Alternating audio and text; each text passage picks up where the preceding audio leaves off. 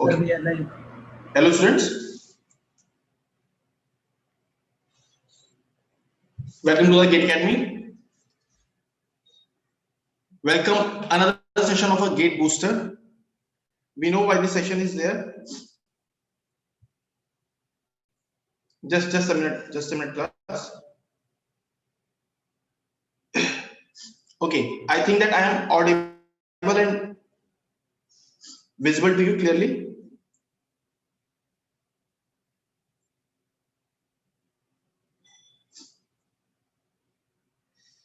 Everyone. So like last year, we have started the same GATE booster sessions. Already with few subjects we have covered the revision portion. Now we are going for the other subjects. Okay, say for example, whether it is fluid mechanics or strength of material or engineering mathematics, already the content is there. The rest of the subjects are in queue, and it will. Good morning, Vijay. It will be on your YouTube or on our YouTube channel very soon. Okay, so these sessions is going to help you most and will be really time saving for you as far as revision is concerned. So whoever will join, please comment in chat box. Try to understand how this session has been organized. If anyone has seen our last year sessions, then they should have understand that what we actually do, we actually go for the revision of complete revision of the subject with the help of few questions. Okay, with the help of few questions, we used to revise each and every important concepts, whatever the important concept is there, and in the last of the session, if there is any doubt from your side, then we can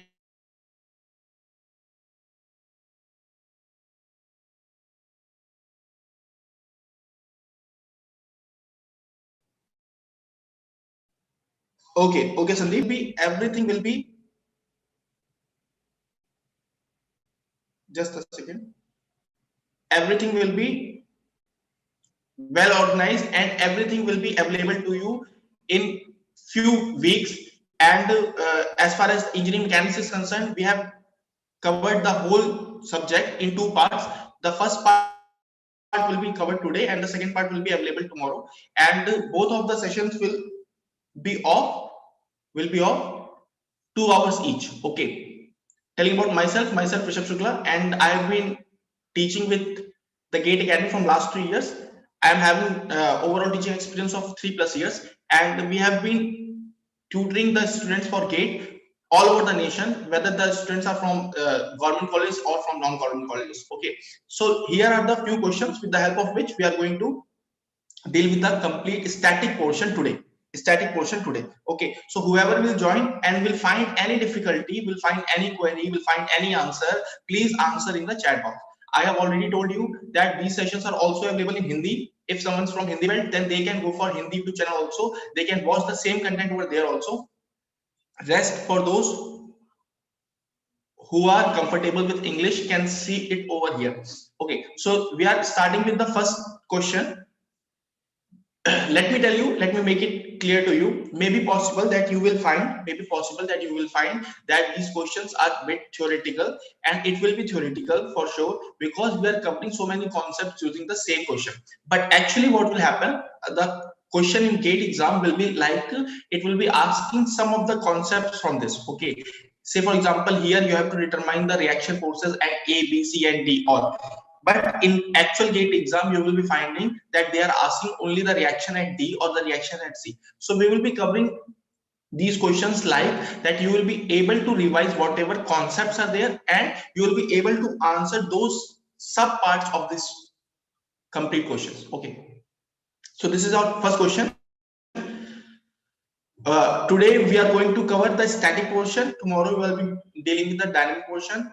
I will try to ask you question. I will try to make MSQ over here itself. Okay, so that you can have that idea also that how if they are going to ask these topics in multiple select type, then how they are going to ask, and I will ask from you the answers. Okay, so this is our first question.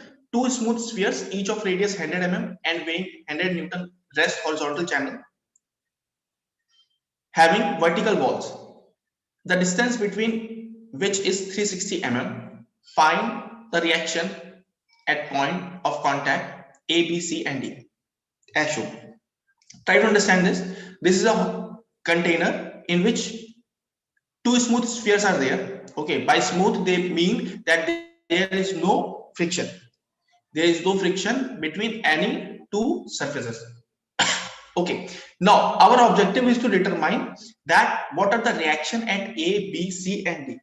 How we will be approaching? How will be approaching? Please tell how we'll be approaching. There are four unknowns. There are four unknowns: RA, RB, RC, and RD. How to approach? We are having two concurrent system of force. We are having two concurrent system of force. So this is the first terminology which we are going to see. Okay, so this is our, say this is X, this is sphere X, and the bottom one is sphere Y. First of all, we will move conventionally. We will see, we will watch conventionally question, and then we will see, we will try that whether there is any hidden concept also, or whether there is any hidden way to do the question in the minimum possible time. Okay, so we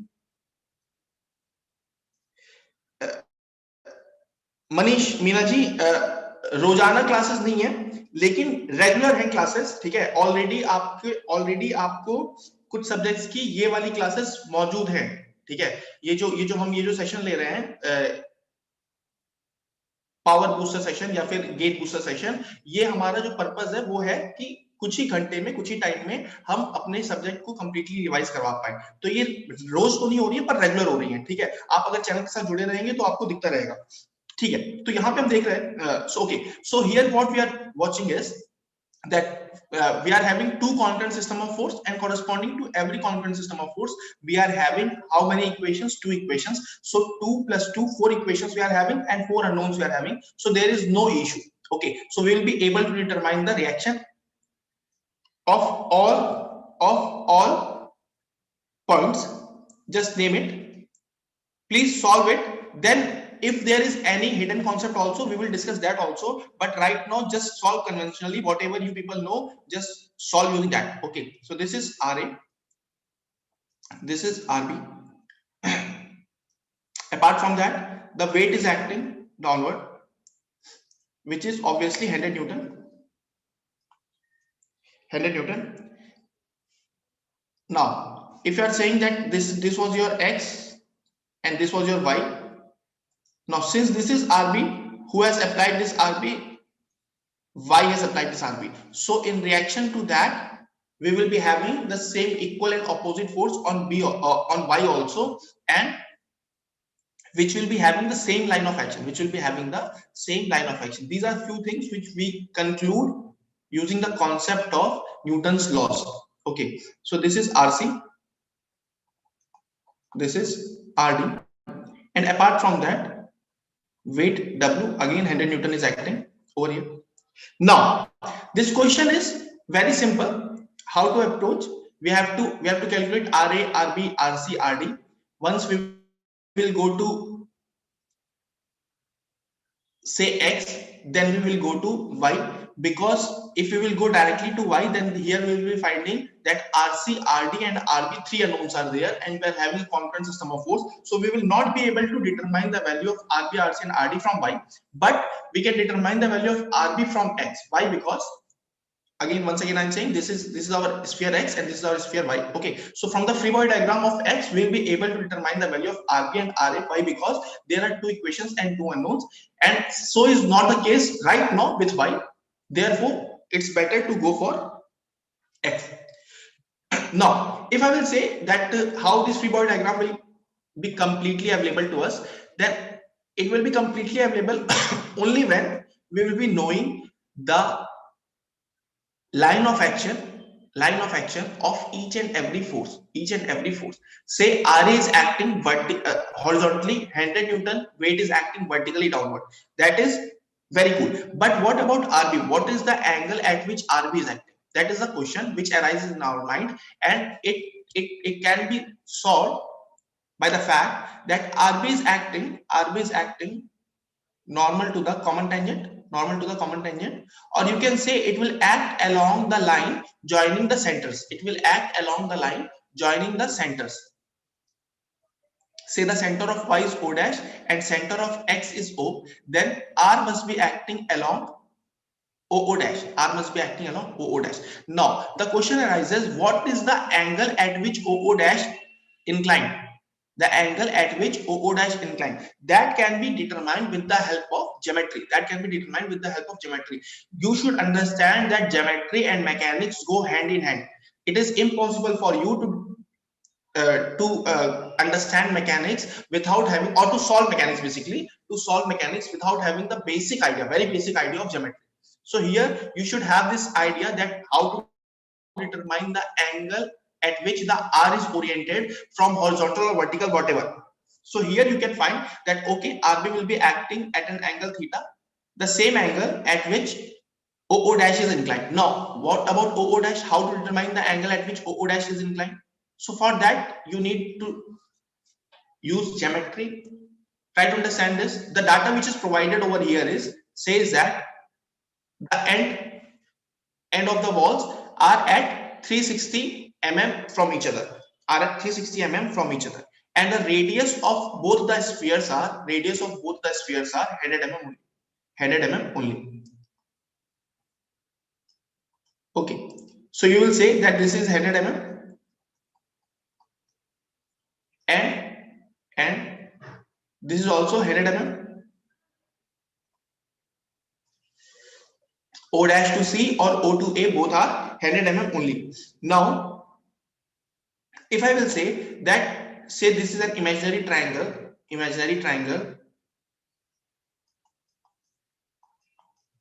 O dash O, and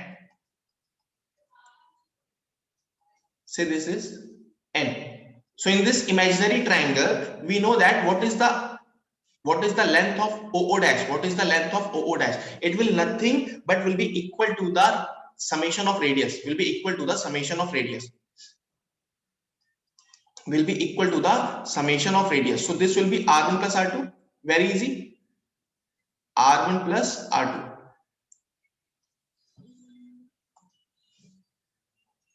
So this is your 200 mm. 200 mm. And what about O dash to N? What about O dash to N? Okay, what about O dash to N? So this complete horizontal length is 360 minus 100 means this will be 160. This will be 160. Now you can determine the value of theta. You can determine the value of theta easily, that cos theta is equal to 160 upon 200. Cos theta is equal to base upon hypotenuse. Okay, so this is 160 divided by 200. This is 36.86 degree. The angle at which OO dash is inclined is 36.86 degree. 36.86 degree. Now, by the understanding that RB should act along OO dash, we understand that okay, this theta is also same, and which is 36.86 degree. This theta is also same, which is 36.86 degree. Now, it is very easy for us to determine the value of RB and RA from here. RB and RA from here. How? This system is a concurrent 3-force system, and we can say that okay, what are the forces acting are 100 Newton downward. One RB is acting, which is at an angle 36.86 degree. 36.86 degree, and one R is also acting. Yeah, Lamis, very good, Vijay. Lamis we can use over here. We can use Lamis also. We can go for equation of equilibrium also. Okay, two equations, summation fx equal to 0, summation fy equal to 0. From there we can get the value of RA and RB separately. So here we will get that RA upon sine 126.86. How we are getting 126.86? RA upon sine angle between RB and 100 and opposite to that of RA, which is this angle. So this is 90, this is 36.86. So this angle will be 90 plus 36.86, that is 126.86. Very easy. And similarly, RB upon sine 90 is equal to 100 upon sine. This is 180 minus 36.86. 180 minus 36.86, that is 143.14 degree. 143.14 degree. From here, what will be the value of RA and RB we will be getting? What will be the value of RA and RB we will be getting? So value of RA will be 100 sine 126.86 divided by sine 143.14. Okay, so this value will be 133.33. This value will be 133.33. So RA you are straight getting 133.33 Newton. Similarly, RB you can get, it will be around 166, I think. Just a minute, class. Just a minute.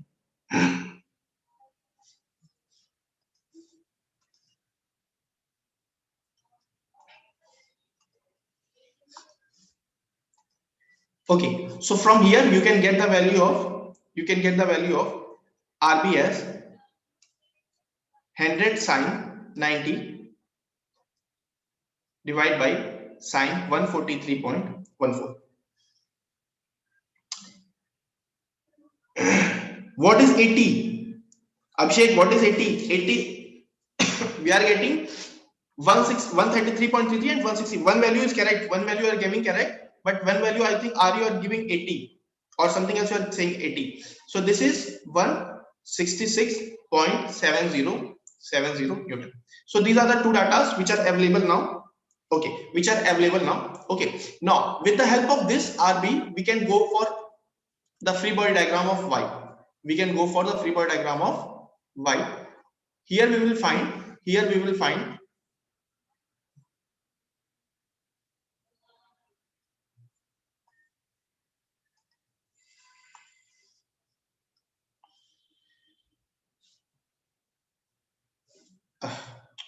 just a minute, class.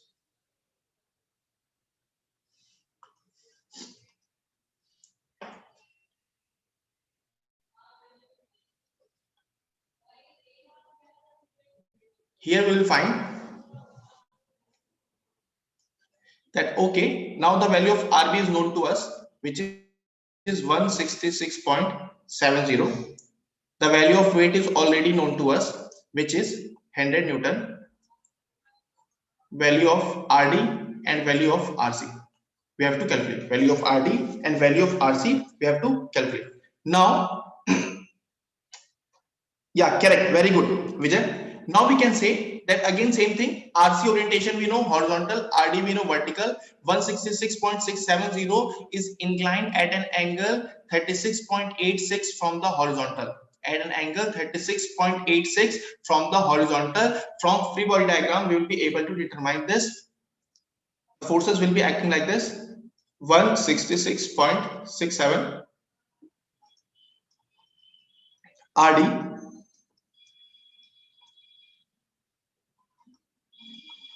RC, and apart from that, 100 Newton is acting downward. 100 Newton is acting downward.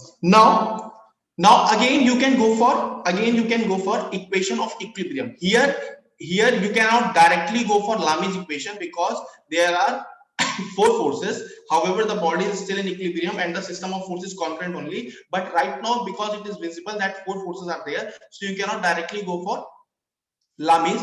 However, still if someone is very friendly with Lami and want to use the Lami, whatever case is there, so you can convert RD and 100 into a one force, RD minus 100 or 100 minus RD. Okay, so in that way you can do, or else if you are comfortable with equation of equilibrium also, then very simple to go for summation fx is equal to 0 and summation fy is equal to 0. Then you will be getting the value of RD and RC very easily. RD and RC very easily. So this angle is 36.86 degree.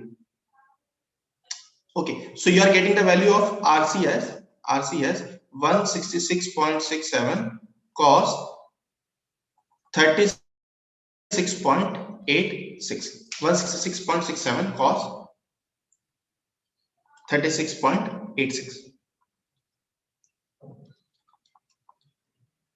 This value will be 133.33 Newton. Now, similarly, what will be the value of RD? So RD will be using summation Fy is equal to 0. RD will be 100 plus 166.67 sine 36.86. Sine 36.86. This will be around 200, I guess. This will be around 200 Newton, I guess. Okay, so these are the forces which are available to you, but using the conventional method. Using the conventional method, what are the points which we have revised over here are Lami's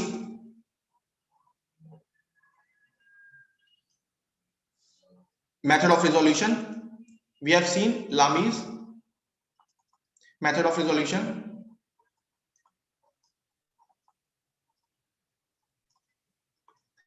Okay. Equation of equilibrium for concurrent system of force. Equation of equilibrium for concurrent system of force. Equation of equilibrium for concurrent system of force. Equation of static equilibrium. So these are the concepts which we have gone through. Now let's see whether there is possibility if it can be solved bit easily. If it can be solved bit easily. Same question. If they would have asked only about RD, if they would have asked only about RD, please calculate the value of RD. They have said that please calculate the value of RD, or they have said that please calculate the value of RC. Then in that case, whether there is any possibility of getting the solution easily, then you should understand that while studying free body diagram, we have also studied about the internal forces, or the system which we take into consideration. Here we have taken x and y separately as a system. Now we are going to take x and y together as a system. In order to determine the value of RD or RC. Okay, and we will see that value of RA and RB can also be determined using that method only, which will be bit easier. Just see here. Now this is our free body diagram. We have considered both x and y into our system. The forces which are acting here are RA, RC, RD, 100 Newton, weight 100 Newton. Where is the force RB? Why RB is not visible over here? Please comment in chat box. Why RB is not visible over here? Please comment in chat box.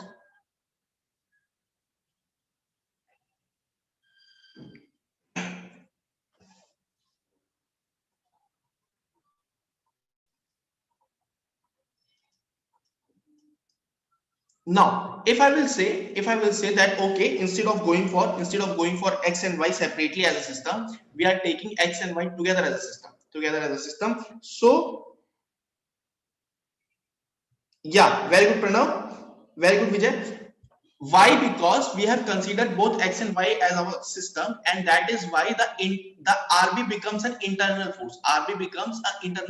And whenever we are drawing the free body diagram, we do not draw the internal force, because the internal forces will cancel each other. So there is no objective of showing the internal forces in our free body diagram. Is it clear? So from here, if you will say that okay, now this system of force is non-concurrent system of force. This system of force is non-concurrent system of force. Now, what about non-concurrent system of force? Non-concurrent system of force is having three useful equations, and those three useful equations can determine the value of RC, RD, and RA easily. Because this free body diagram is kept in such a way that we will very easily get the value of RD, RC, and RA using the same concept of taking x and y together into our system. Let's just see here. Say for example, if we need to determine the value of RD, what is the value of RD? Okay,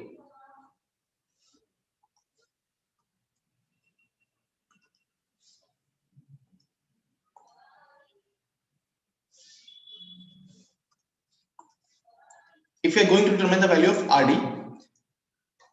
then in that case, directly summation Fy is equal to 0, directly summation Fy is equal to 0 will provide you the value of RD, will provide you the value of RD. What will be the value of RD? Please tell, what will be the value of RD from this whole diagram? What do you consider that, what is the value of RD? Only three forces are acting in, only three forces are acting in perpendicular direction. Those three forces are RD, 100 and 100. RD, 100 Newton and 100 Newton. Straight away, using summation Fy is equal to 0, you will get that RD is equal to 100 plus 100, that is 200 Newton. So no calculation is required. Straight away, you can answer that RD is equal to 200 Newton. Say if they are saying that what is the value of RC, then summation Fx is equal to 0 will provide you that RA must be equal to RC. RA must be equal to RC. Very good, Abhishek. Very good, Vijay. RA must be equal to RC. This is the second conclusion which you can directly tell using X and Y into our system. What about the next equation? Next equation can be net moment about any point is equal to 0. Here O and O dash are available to us. Better to go for O dash. Better to go for O dash. Why? Because O dash is the point at which more number of forces are passing through. More number of forces are passing by, so better to go for O dash. Now when we will say that okay, net moment about O dash is equal to 0, then the only moment which will come because of forces will be RA and 100. Because of forces will be RA and 100. So straight away you can say that okay, RA into this momentum, whatever this value is, this length. This length can be calculated very easily because O dash was 200 mm and this was 160 mm. So straight away you can determine 200 square minus 160 square ka under root. That value will be 120 mm. This value will be 120 mm.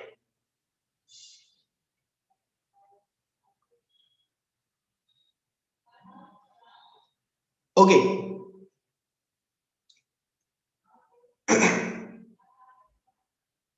Okay. So straight away you can say, yeah, very good. Three forces are passing from O dash. That's why we have taken net moment about O dash to be 0.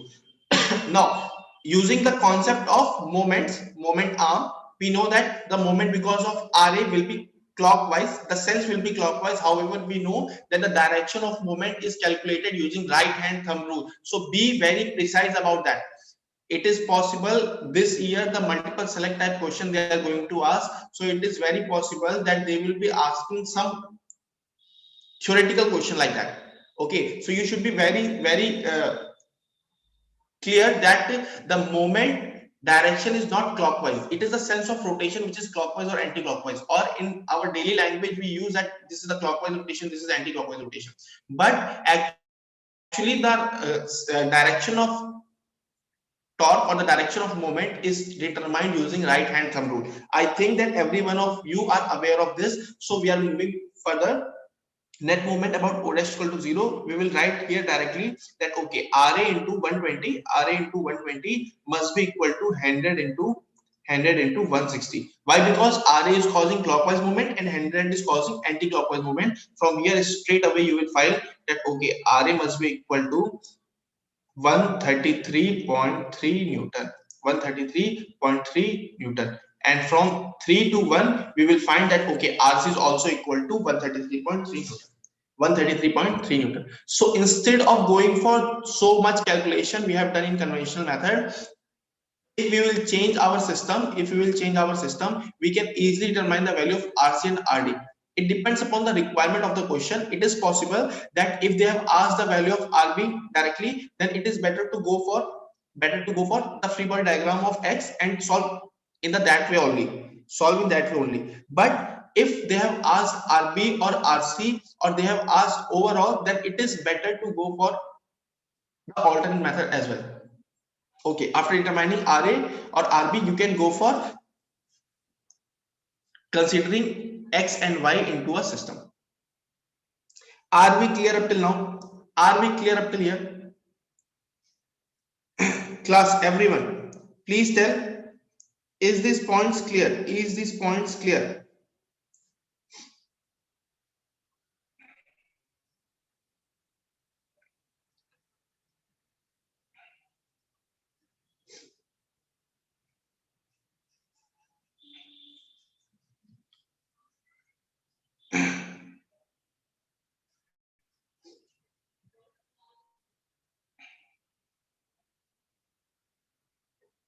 Okay. Now we are moving further. We are moving further to the next question. Just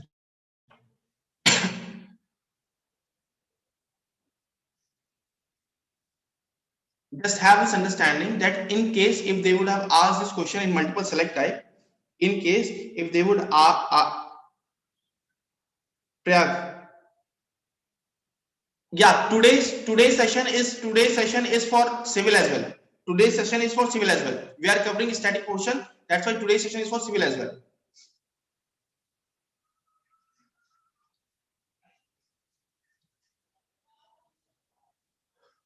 Okay, say for example, in this case, if we would have said that okay, this is a multiple select type question, and the options available are Ra is equal to 133.33 Newton, Rc is equal to Ra plus 25, Rc is equal to Ra, Rd is equal to 200 Newton. This is also possible way that they can ask a numerical question in multiple select type. Okay, so what are the answers which you will be providing? What are the options which you will consider that okay, these are the correct answers? These are the correct answers. Multiple select type question ask you to read the question and options properly. They are the sheer case of asking you that you should read the question properly and you should read the options properly. Very good, Sharun. Very good, Shabu. Okay, so here you will find that okay, RA is correct because RA is equal to 133.33. That we have. No, Vijay. B is not correct. B is not correct. How B and C both can be correct together? RC is equal to RA plus 25 is not correct. Okay. C is correct using a free body diagram of X and Y taking into a system. You can directly say, and D is also correct using the free body diagram of X and Y taking into system. You can directly say. So the answer for multiple select type will be A, C, and D. Right now it may be possible that it is appearing to you a very simple case, but when they will say that it is multiple select type, already your okay already you will feel tense. Okay, so there is no reason of feeling tense. Try to understand that multiple select type question is new to everyone. It is new to everyone. Okay, so do not get panic, don't get panic, just be be comfortable with this thought in mind that because they are introducing this multiple select type question for first time, so definitely they will keep the easy questions only in multiple select type. Okay, so no need to get worried regarding the multiple select type question. Let's move to the next question.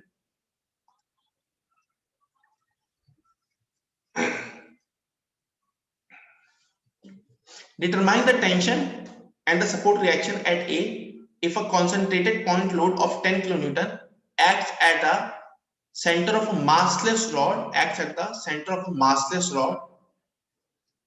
AC as shown.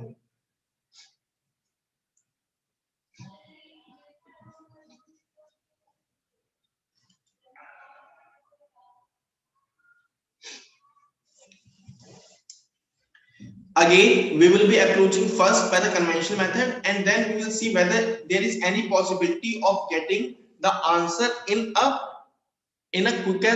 quicker time. Okay, so here straight away we will draw the free body diagram.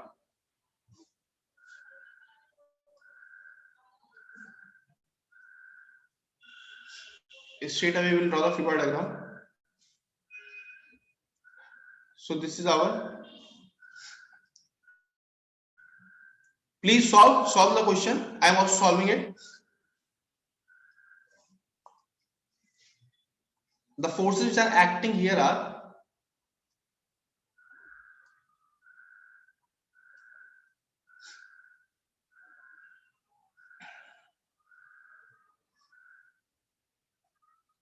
this is tension, this is Rx, this is Ry, and from the center a load has been acting which is of 10 kilonewton, which is of 10 kilo. This length is clearly mentioned that it is L by 2. Okay, this is L by 2. Let's name it, name the points. This is point A, this is point B, and this is point C. Now we will go with the basics. Summation fx, a non-congruent system of force appears to us. Then we will go with the equations. Summation fx equal to 0, summation fy is equal to 0, net moment about any point is equal to 0. Okay, so summation fx is equal to 0 will provide us that this angle we need, this angle we basically need, this angle is already provided. This angle is actually provided. However, they could have provided the angle in various other methods using geometry, but right now they have directly provided us the value of theta. Okay, so we can say that okay, Rx must be equal to T cos theta. Rx must be equal to T cos theta. This is our first equation. Second equation says that Ry plus T sin theta is equal to 10. Ry plus T sin theta is equal to 10. This is our second equation. And the third equation will be, this comes from summation fy is equal to 0. Third equation is net moment about any point is equal to 0. Let's calculate it using point A because they are the,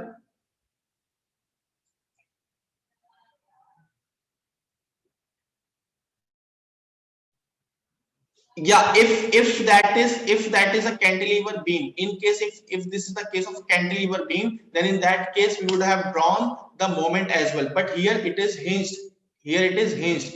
Okay, here it is hinged, it is shown over here that point A is hinged.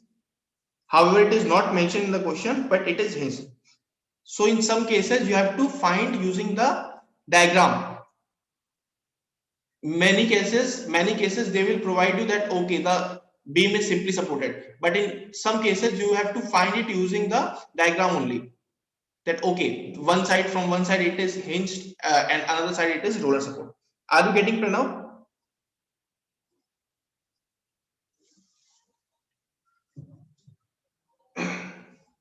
Okay, so net moment at A, very good Abhishek, net moment at A, net moment at A is equal to 0. From there we will find that okay, T sine 30 into L must be equal to 10 into L by 2. 10 into L by 2. And from here we will say that T is equal to 10 kilonewton. T is equal to 10 kilonewton. Once we will put the value of T from equation 3 to equation 2, then we can easily determine the value of Ry as well. Value of Ry as well. The value of Ry will be 10 minus 10 sine 30, which is 5 kilonewton. And if you are going to calculate the value of Rx, then it is 10 into root 3 by 2, which is 5 root 3, which is 5 root 3. Okay. So if I will say that what is the reaction at support, what is the reaction at A, what is the reaction at A, by if I am saying that what is the reaction at A, then I am asking about the resultant. So the resultant can be determined using under root of A square plus B square plus 2AB cos theta. Here the angle between Rx and Ry is 90, so cos 90 becomes equal to 0. From there we can conclude that okay, the resultant is nothing but summation of Rx square plus summation of rx square plus ry square. From here we will get that okay, this value will be 10 kilonewton. This value will be 10 kilonewton. How we are getting this? This is 5 root 3 square plus 5 square. From here you will get that okay, this is 4 square into 5 square.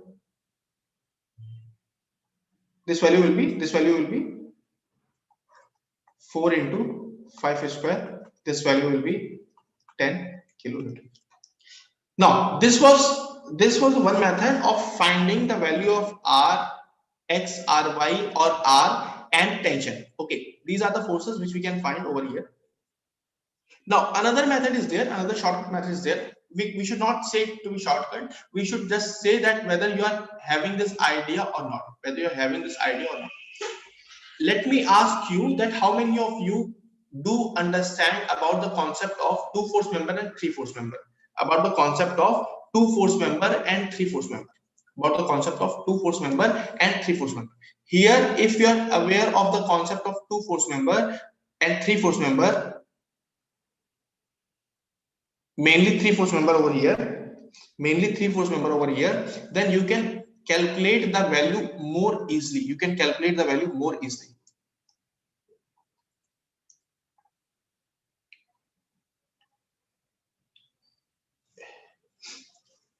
Krishna, you are you having you are saying about two force member and three force member concept you are not aware of. You are saying that two force member and three force member concept you are not aware of, or you haven't got these basics. How to determine the value of R and T? Whether you got this solution, whether you got okay, three force member concept you don't know. Okay, I will make it for you for the division portion. We can see it here in brief. Try to understand this. Say if a member is there at which only forces are acting, at which only forces are acting, and second case is that those forces should be acting in such a way that they are acting only at 3 points, only at 3 distinct points, 3 points. Whenever these cases exist, whenever these conditions exist, then in that case we say that okay, this member is a 3 force member. Okay, this system of force is a 3 force member system. Here also what is happening, one tension is acting, which is acting at C, one concentrated load of 10 kilonewton is acting, which is acting at point B, and one reaction is acting, support reactions are acting, which are acting at point C, which are acting at point A. So we can replace these reaction forces from a single force R. Again, I am saying 3 force member, do not say that there must be 3 forces only. It says that forces should be acting only at 3 points, and on those 3 points, whatever resultant we are getting, on those 3 points separately, whatever resultant we are getting, we say that these three resultant forces should either coincide or should be parallel to each other in order to keep the 3 force system into equilibrium. Once again, I am telling you, a system of force is said to be 3 force system when these two conditions exist. Okay, once you will find that okay, these two conditions exist and the body is in equilibrium as well,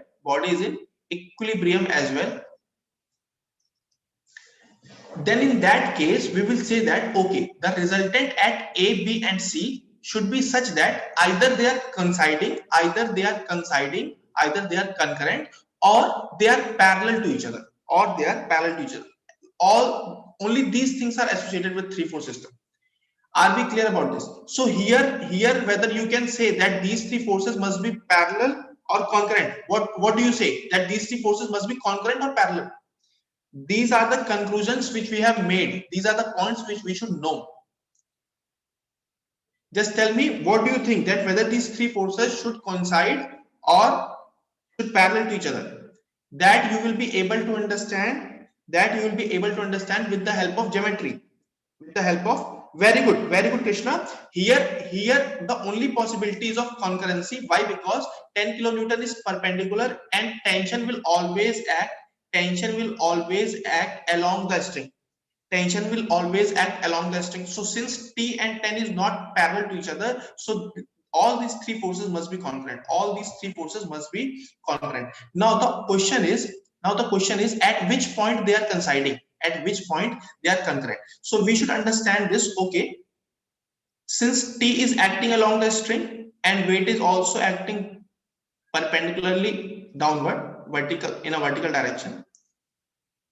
So reaction should be such that it should also pass from the same point at which T and weight is coinciding.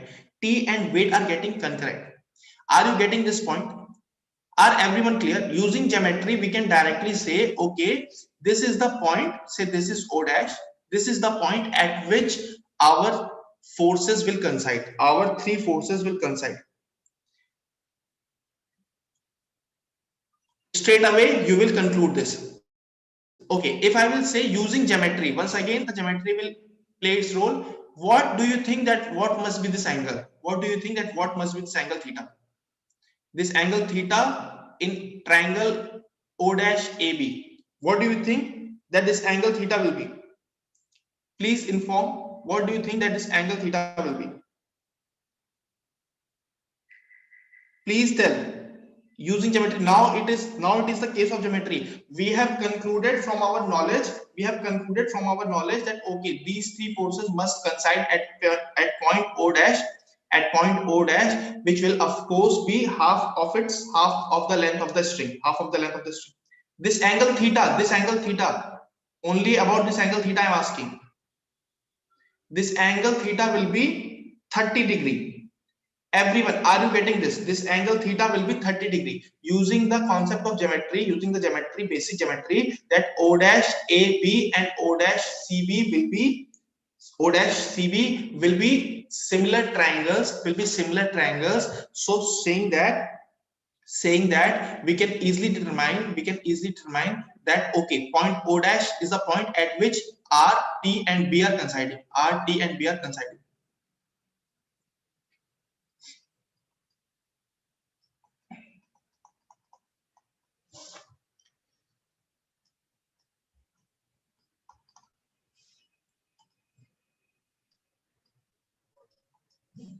This angle was theta.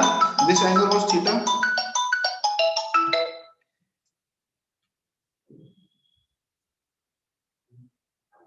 This angle was theta.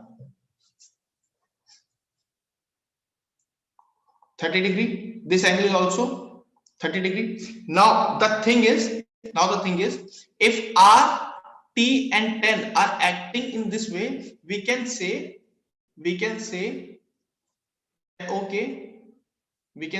that okay, R is acting like this, T is acting like this, and weight 10 kilonewton is acting like this. Okay, no problem, Krishna.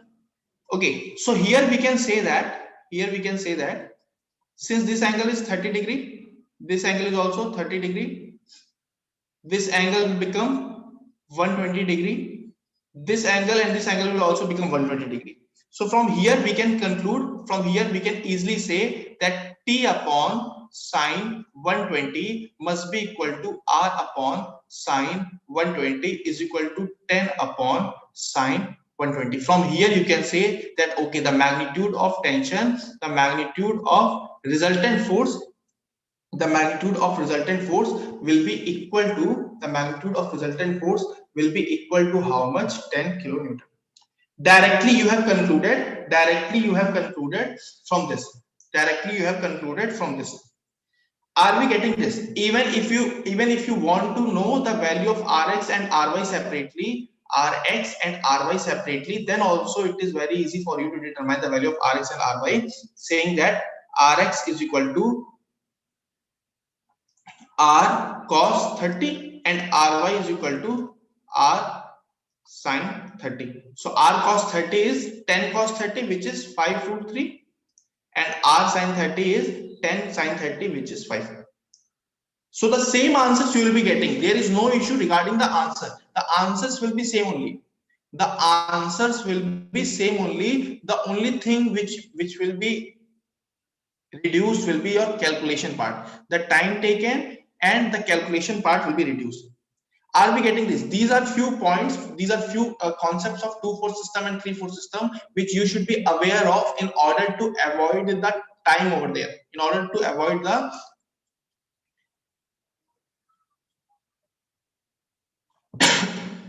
use of extra time. Okay, so here the calculation part is reduced too much. I think this was helpful to you and you have got this completely. Please tell, have you got this? Everyone, have you got this? How we got the value of Rx and Ry using one conventional method, and secondly using the concept of 3/4 member. 3/4 member is nothing. 3/4 member is nothing but a concept which we already have concluded using our observations, which we have already concluded using our observations. So these are few points which we should keep in mind. Say in case if this concentrated load was not acting in the center, was not acting at the center. Okay, Pranav. Say in case if this load was not acting at the center. Once again, I am telling you, if you are confident with the conventional method, you can go with that also. Here we are discussing about the conventional method as well as the short tricks if available. So nothing to worry about. If you haven't found it and you're finding it easier from now, then you can use it. But still, if you're finding it to be difficult, then you can leave it also. You can leave those concepts also. You can go with the conventional method also. There is no issue regarding that, but do not get confused or do not get demotivated. Okay, these sessions are to help you only. And again, I am saying that it is available both in Hindi and English, and it is available for every subject. Some of the subjects are already available and some of the subjects are coming. Okay, so in case if we have said that okay, this 10 kilonewton is acting over here at the end point, here it is tension T. Apart from that, Rx and Ry is acting. Rx and Ry is acting. Now they have asked you that determine the value of T, Rx and Ry. Determine the value of T, Rx and Ry. They have already mentioned that this AC bar is massless. AC bar is massless. Okay. Then how to approach this? Once again, you are having that same concept of summation Fx equal to 0, summation Fy is equal to 0, and net moment about any point P is equal to 0. That will also do your calculation. That will also made you to calculate it easily. But if in case I will ask you that whether this system of force appears to be as a 2-4 system,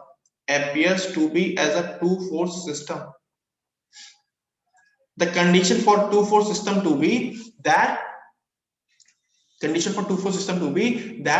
only forces should act, and they should be acting only at two distinct points, so these are point A and point C at which forces are acting. No other point is there at which forces are acting. Earlier at B also a concentrated load was acting, but right now we have shifted this force to point C. And now I am asking whether we can consider this system as a 2-4 system or not. In civil last year they have asked the question from the concept of 2-4 system only. So you can speculate that okay, this year they must be asking in mechanical also, or they must be asking regarding 3-4 system as well. So please tell me.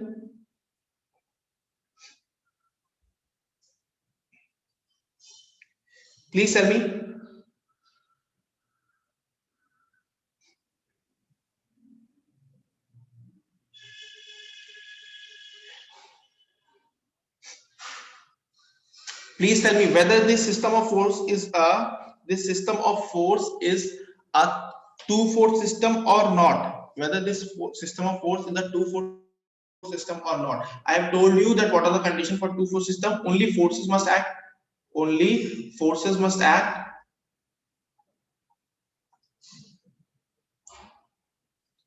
and must act only at 2 points. At 2 points only. At 2 points only. Okay, now the conclusions which we conclude, like in earlier case in 3-4 system, we have concluded if a 3-4 system is in equilibrium, then that means the resultant at all the 3 points must either be passing through a single point, must be concurrent, or they must be parallel to each other. That is something which we have concluded. In most of the cases, wherever you will find a 3-4 system question and the body to be in equilibrium, then in that case it will be concurrency which will be available over there, and it will help you a lot in order to determine the value of unknowns. Here also what is happening, here also one point is there which we should conclude. These points are concluded using the observation, using the understanding that okay, in order to keep the system in equilibrium, net force should be 0. In order to keep the equilibrium, net moment must be 0. So these are the points which was kept in mind using or making this conclusion. But right now we are dealing only with the conclusion. The conclusion is, if a 2-4 system is in equilibrium, then in that case the resultant at both A and B, 2-4 system means 2 points must be there. So resultant at both the points must be equal. Resultant at both the points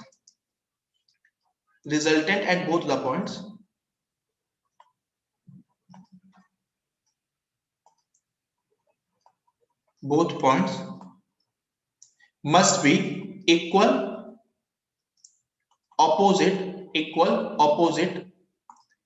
and along, just a second class.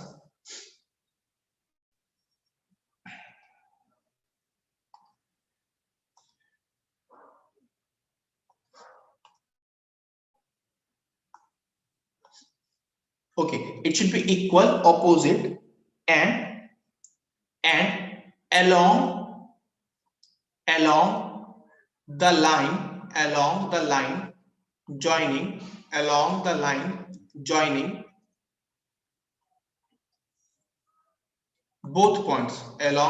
joining both points, So if I am saying here that the resultant of Rx and Ry at A should be along which direction, horizontal or vertical? Should be along which direction, horizontal or vertical? The resultant at A should be along AC or perpendicular to AC.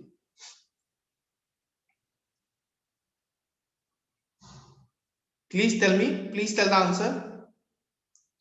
We got this idea that okay, the system should be along AC. It should be along AC. Now, if I am saying that two forces are acting like this. One is Rx and one is Ry. And the resultant is along Rx. Then from here, what do you conclude? That Ry must be how much?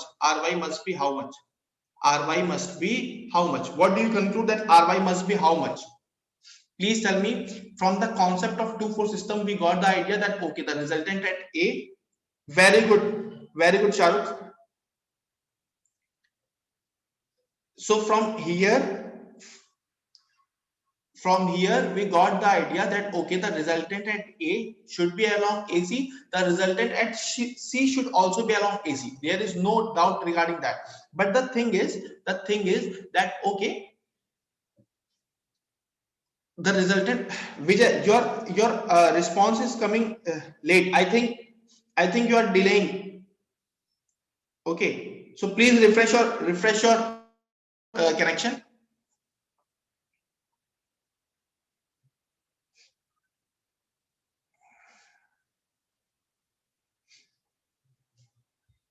Now from here you can directly conclude that okay, the resultant of Rx and Ry should be along AC. For that Ry must be 0. So from here you concluded that okay, Ry must be 0. This is the first conclusion which we have made using the concept of 2-4 system, using the concept of 2-4 system. Now again I am saying that okay, what about point C? What about point C? The resultant at C also should be along which direction? Should be along which direction? Horizontal or vertical? Should be along which direction? Horizontal or vertical?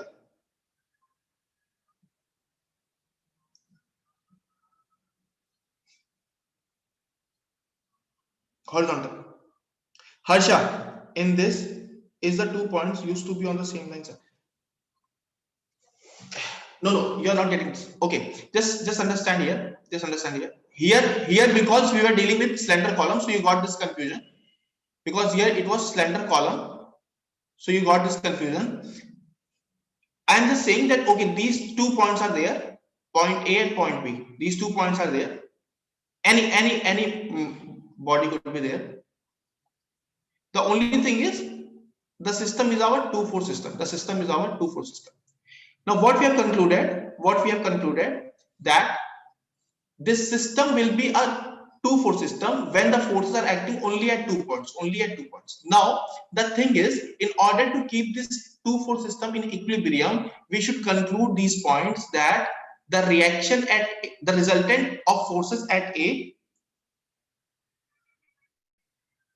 the resultant of forces at A must be equal to the resultant of forces at B, must be equal to the resultant of forces at B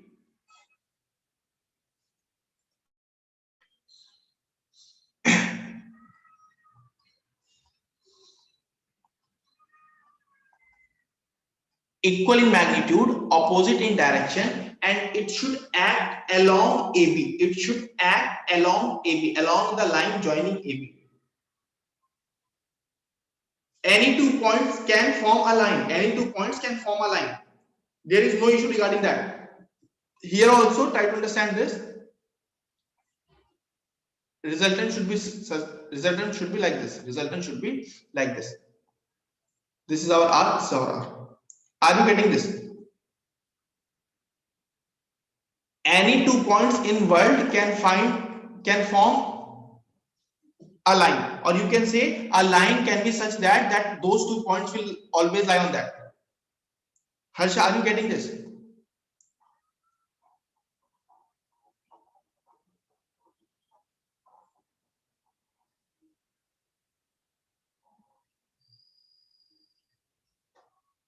Okay, so the conditions must be equal, opposite, and along the line joining both of the points. So we are making one line joining both the points. Okay, along that only the forces must be acting. So from here we can conclude that okay, the resultant of T and 10, the resultant of T and 10 should act along AC. Now if I am going to conclude some more results, then we will say that okay, if we are going to resolve this tension T,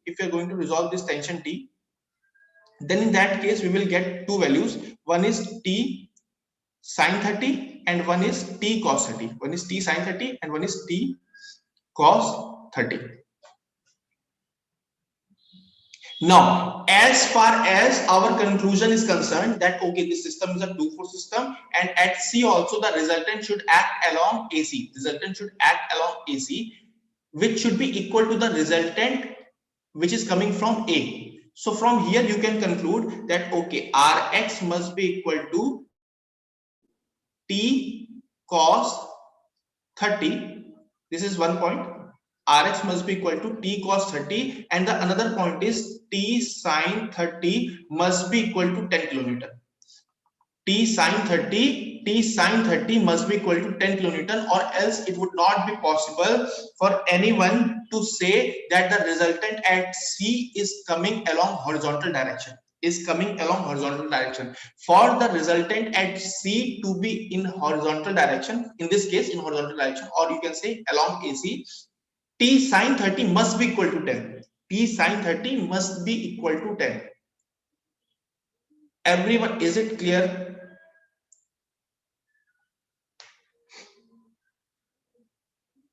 So these are the results which we are concluding. These are the results which we are concluding using the only observation part. You are concluding these three results, or else you would have gone summation fx is equal to 0, summation fy is equal to 0, net moment about any point p is equal to 0. From there also you would have concluded the same things, the same result. Are we getting this? So these concepts help you to solve the questions in a easier way, in a more conceptual way, you can say. Okay, these are concepts only. Now moving to the next question. Determine the force in member FD. Determine the force in member FD.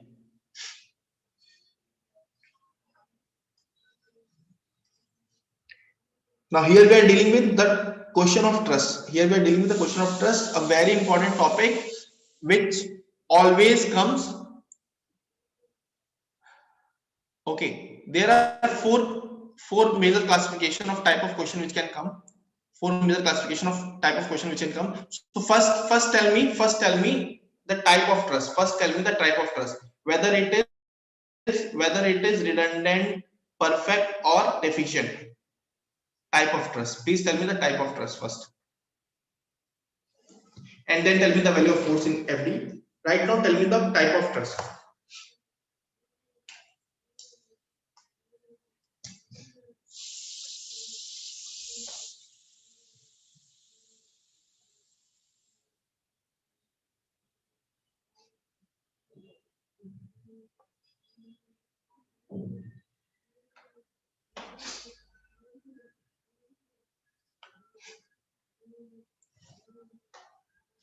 Okay, let's see whether it is redundant or not.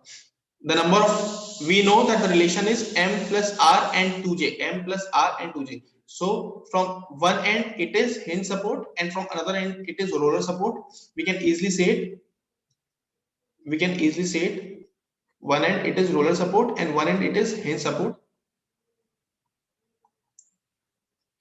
So the equation m plus r is equal to greater than or less than 2j, whatever it is. So m is the number of members. So here 1, 2, 3, 4, 5, 6, 7, 8, 9. 9 members are there. 9 members are there. Number of support reactions. R is the number of support reactions. So here the number of support reactions are 2 from one end and 1 from, sorry, 2 from point A and 1 from point E. So it is 3. And number of joints J is 1, 2, 3, 4, 5, 6. 1, 2, 3, 4, 5, 6. So number of joints is 6 only. Shahrukh, are we getting this? So here we will find that m plus r is equal to 9 plus 3 is equal to 12. And when we are calculating 2j, then it is also 2 into 6, which is 12 only. So since this is m plus r is equal to 2j, so this truss is perfect truss. This truss is perfect truss. Okay, so you should understand that this is one of the type of the question that they can ask. Now we will focus on. Now we will focus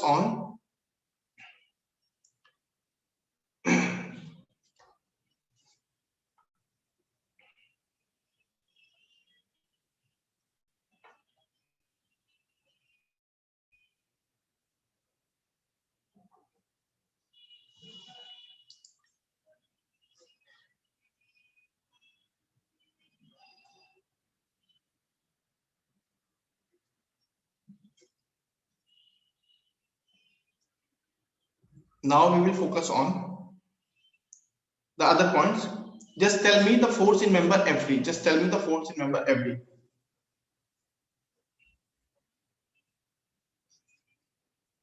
Everyone, please inform the force in member FD.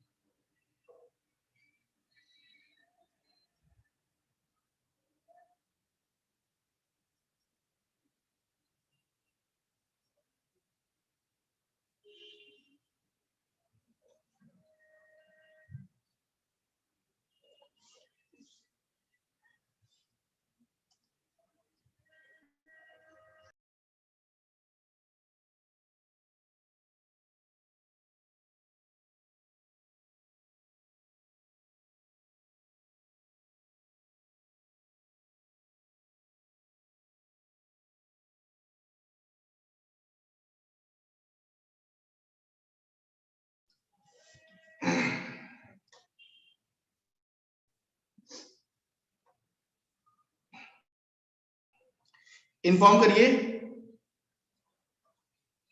Class, please inform करिए।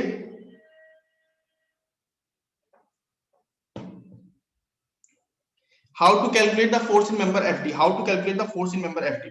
Now जब भी ऐसा कोई question आ गया, force in member FD पूछा हुआ है और हमें ये समझ में आ रही है क्योंकि इंटरमीडिएट मेंबर है, क्योंकि intermediate, very good Sharad, very good, क्योंकि इंटरमीडिएट मेंबर है तो क्या ये हम नहीं निकाल पाएंगे without using method of section? क्यों?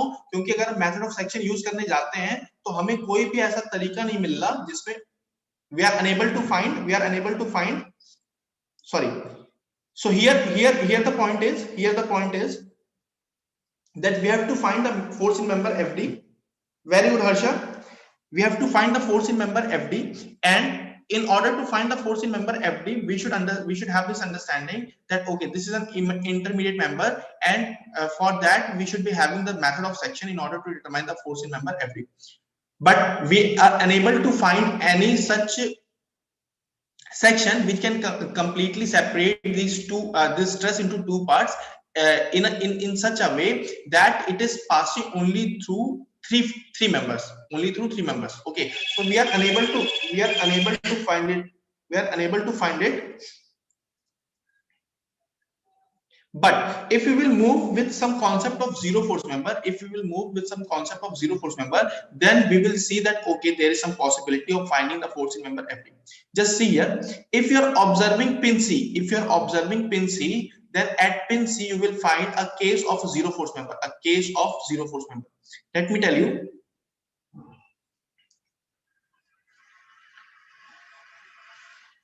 Whenever at a pin, two members are meeting,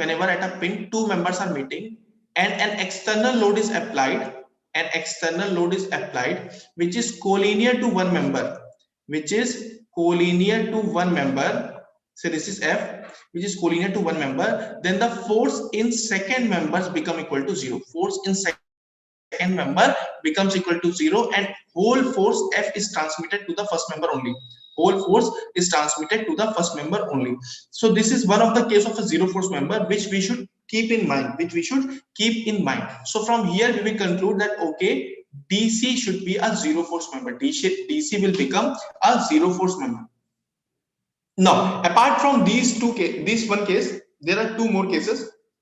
One case is when at a pin two members are meeting, and those two members are not collinear to each other, and no external forces acting on that pin, then in that case both will become zero force member. In case if both are collinear to each other, then we can only conclude that okay, the force in one member is equal to the force in another member, but what is the amount of force we cannot conclude. But if they are not collinear to each other and at that pin there is no external load, then in that case we can conclude that okay, the force in both the member will become equal to zero. How we are concluding this? We are concluding this just simply by using the equation of equilibrium. Right now you should only keep in mind that okay, these are the few cases which we should understand that these cases exist. Third case is this. Say if three members are meeting at a joint. Three members are meeting at a joint. Let's name it case 1, case 2, and case 3.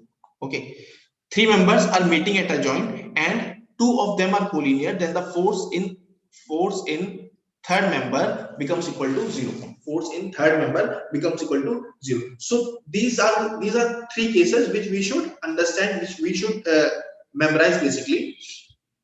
And here you will find that okay, this whatever F this member will have, it will be equal to the external force. In the same way, whatever force this member will have, it will be equal to the force which the another member is having. That you should conclude using these three cases. Now, the same case, the case 3 is happening to pin C. Case 3 is happening to pin C, and from there we can conclude that okay, DC is a zero force member. DC is a zero force member. Now, we are having one more concept regarding zero force member. This concept says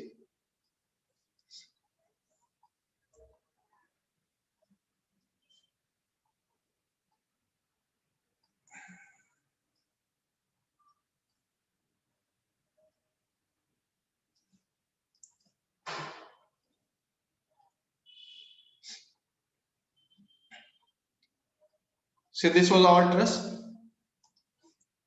and a load of 10 kN was acting.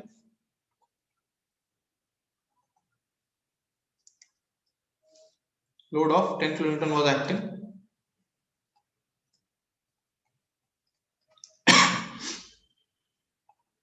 Say this is A, B, C, D, E, F, G, H, I. So from here you will say that okay, BC is a zero force member. How we are concluding? From C we will not be able to conclude. From pin C we will not be able to conclude.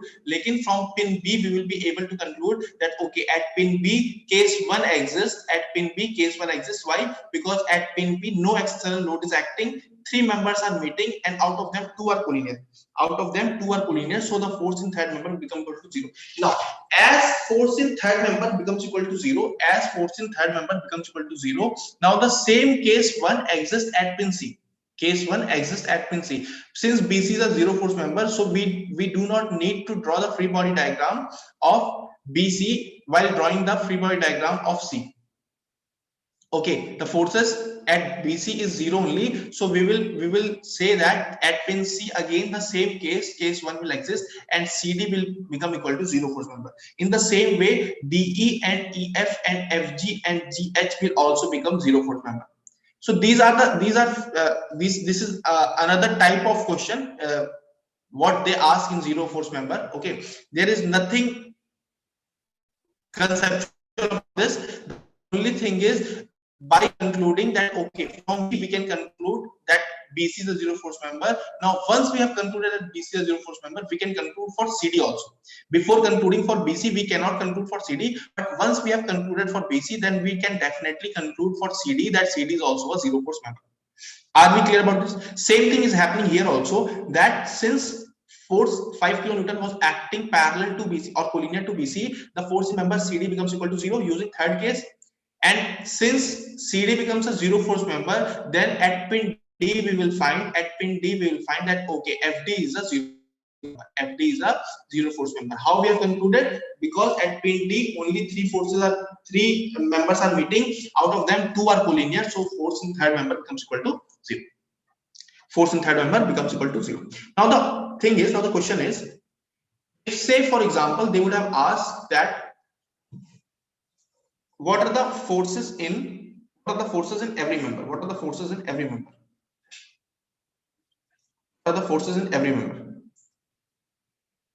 Just tell me what are the forces in EF and ED. Forces in EF and force in ED. Force in EF and force in ED. Now we should understand that in order to determine the force in member EF and ED, what we have to do? We have to determine the reaction at E. And then, very good Krishna. We have to determine the reaction at E, and then we have to go for equation of equilibrium. We have to go for method of joint basically. Okay, we have to go for method of joint at pin E. From there we can conclude that okay, these are the These are the forces which are acting at EF and ED separate. Now, just to calculate the value of reaction at E. Okay, I'm calculating it without. However, I should remove this support also. But again, then I have to make it. That's why I'm not removing it.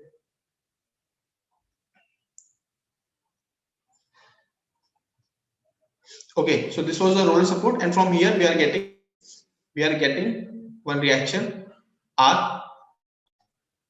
Now we have to determine the value of R. We know that R must be perpendicular to the support. R must be perpendicular to the support. So from here you will say that okay, net moment about A must be equal to 0. In order to determine the value of R, it is best to use net moment about A to be 0. Net moment about A to be 0. Why? Because the support reactions at A will not appear into the equation, and we can easily determine the value of R. Are we clear regarding this? Now, once we are going to calculate the value of R, we know that okay, this is the line of action of this R, and this is moment arm. The moment arm is 2 meter corresponding to R. So we will say that R into 2 must be equal to how much? Must be equal to 0, because there is no other force. Because there is no other force causing moment, so there is no other force which will balance the moment, and so we can say that okay, R must also be equal to 0, because if R is not equal to 0, the body will have net moment about A, which is not possible. So from here we are concluding that okay, R must be 0. R must be 0. And once R becomes 0, then you can conclude from here that okay, now the case, which case appears, and you will say that EF and ED is a zero force member. Which case will appear now? At pin E, which case will appear now? Case 1, case 2, or case 3? At pin E, which case will appear now? Second case. Very shout. Second case will appear, and you will say that okay, EF, ED must also be a zero force member, and if EF and ED are zero force member, again CD was a zero force member, so we can conclude. I'm sorry. So we can conclude that okay, BD is a zero force member. BD is also a zero force member. Now the same thing, since EF and ED, EF and FT is a zero force member, so we can say that okay, at pin F again the case second will appear, and we will say that okay, FB and FA will also be a will also be a zero force member. FB and FA will also be a zero force member.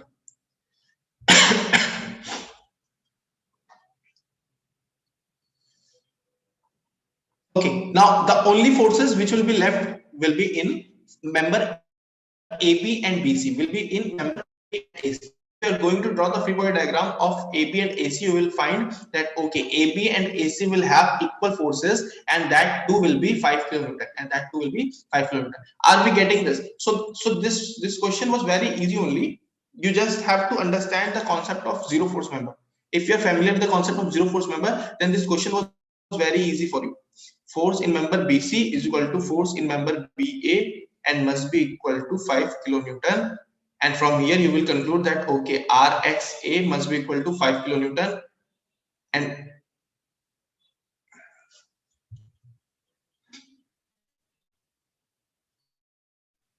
just a minute.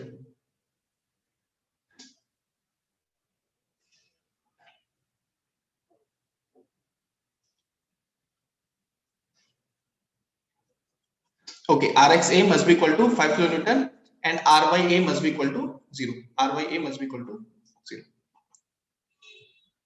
Okay, so these are the conclusions which we are making, since this is a zero force member question only. This is a zero force member question only. Now they are not going to ask this complete question, they will be asking only a part of it. Okay, say force member FD only. So we have covered every part of zero force member, every possible way a zero force member question can be asked.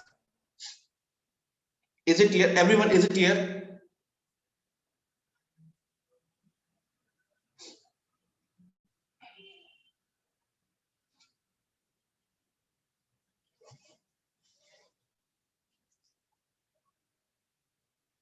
Say if in case they would have asked,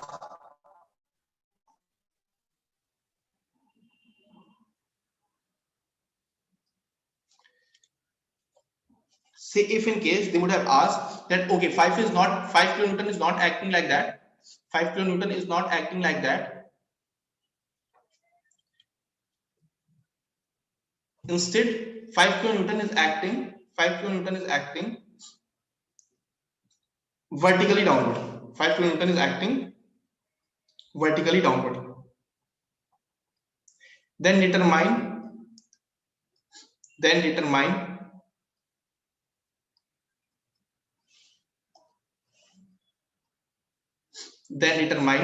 the force in member FD, then determine the force in member FD, force in member FD.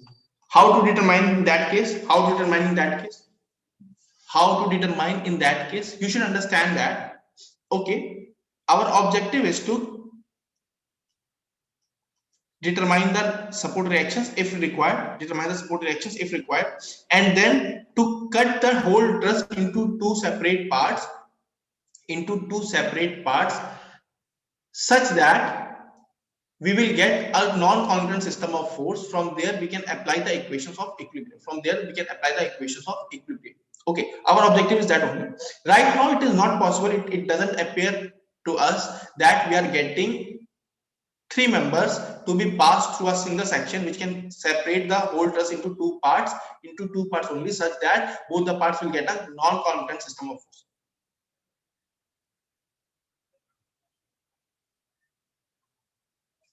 At Harsha, at D, just see here, at D, we have concluded that AD was 0, FD was 0, DC was 0. Then only one force was left here. Say FBD. Now, if all the forces are 0, then only one member left over here now. So if say that FBD is not equal to 0, in case if FBD was not equal to 0, then how come it was possible that D was in equilibrium? Pin D will start moving now. Pin D will start accelerating. Are you getting this? The basic will remain same, that we have to bring our system into equilibrium. From that only we have concluded these three parts. We have concluded these three types of cases, these three cases of zero force member, using the concept that the system should remain in equilibrium. Here also, since this becomes zero force, this becomes zero force, now there is no member which will apply force on D, such that the force, if there is any force from BD, will come in order to nullify that. Harsha, are you getting this point?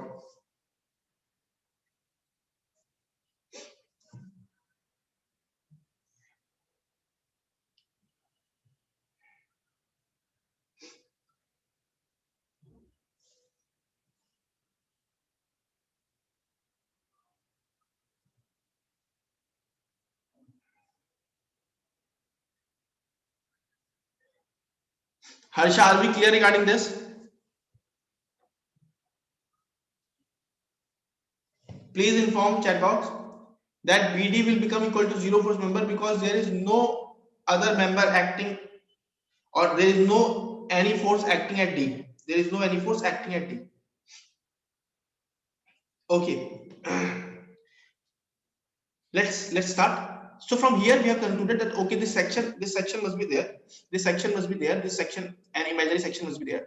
Now our objective is only to cut three members which are having forces unknown to us, It is not like that we can cut only three members. Our objective is only to get a system of force, which is having three unknown forces. Very simple. F1, F2 and F3. This is our objective. Rest, if we are knowing, say this is 5 kilonewton, this is 10 kilonewton, and every geometry is known to us, then there is no issue. Whatever the number of forces acting on that free body diagram.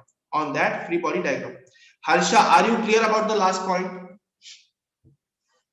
So if somehow we will be able to determine the value of force in member BC, if somehow we will be able to determine the force in member BC, then we can go for section XX. Then we can go for section XX. There is no issue regarding that. We should be having this wisdom that our objective is not to cut the member into two parts such that only three members are cut. Our objective is to cut the truss into two parts such that we will be able to get a free body diagram of a non-concurrent system of force where three unknown forces are there. Where three unknown forces are there. Okay, so from here, if we will be able to determine the value of force in member BC, then we can easily determine that okay, what are the forces in member FD? What will be the force in member FD? So in order to determine the force in member BC, we will move to pin C. We will move to pin C. Here we will apply Lamis or whatever you want, F1, F2, and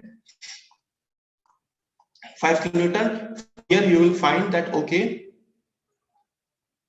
F1 upon sine, this angle will become equal to 225 degree. Why? Because this is 45 degree and this is 90 degree. So F1 upon sine 225 is equal to 5 upon sine 45.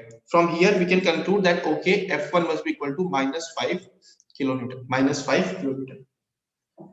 Whether the member BC is in compression or in tension. Please inform me whether the member BC is in compression or in tension. Whether the member BC is in compression or in tension.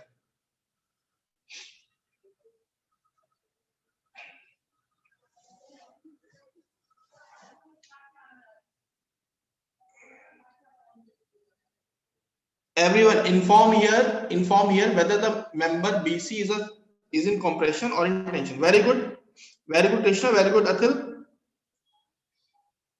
Member BC is in compression. You can just find it from here that okay, the force which we have assumed, the direction which we have assumed was incorrect, and from there we can say that okay, F1 must be acting like this, F2 whatever it is, we are not concerned about F2, 5 kilonewton, and F1 of 5 kilonewton was acting like this, should act like this. Okay, should act in this way at pin. Now who has applied this F1? Member BC has applied this F1. Member BC has applied this F1, and if member BC has applied this F1, so pin should also apply the same force at member BC, and in order to keep the member BC in equilibrium, from the another pin also it should be acted by the same force 5 kilonewton.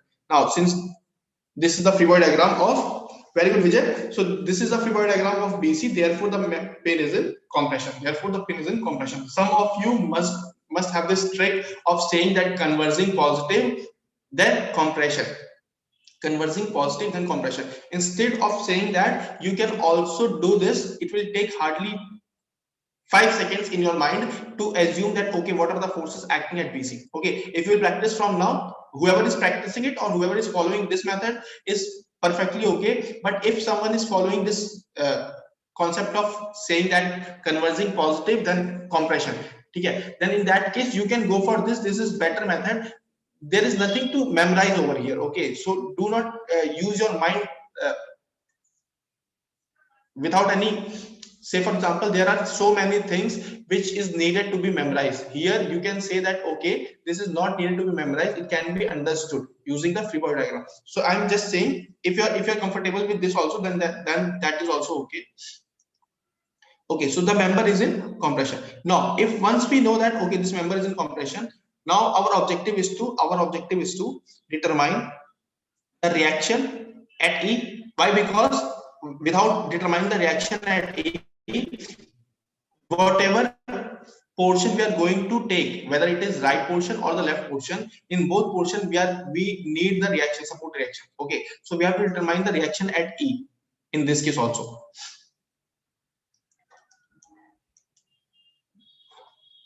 So this is R. Now same way we will say that net moment about A is equal to 0. Therefore 5 into 2 must be equal to R into 2. From here you will get R is equal to 5 kilonewton. Once you got the value of R to be 5 kilonewton, then we can do this. Take this portion.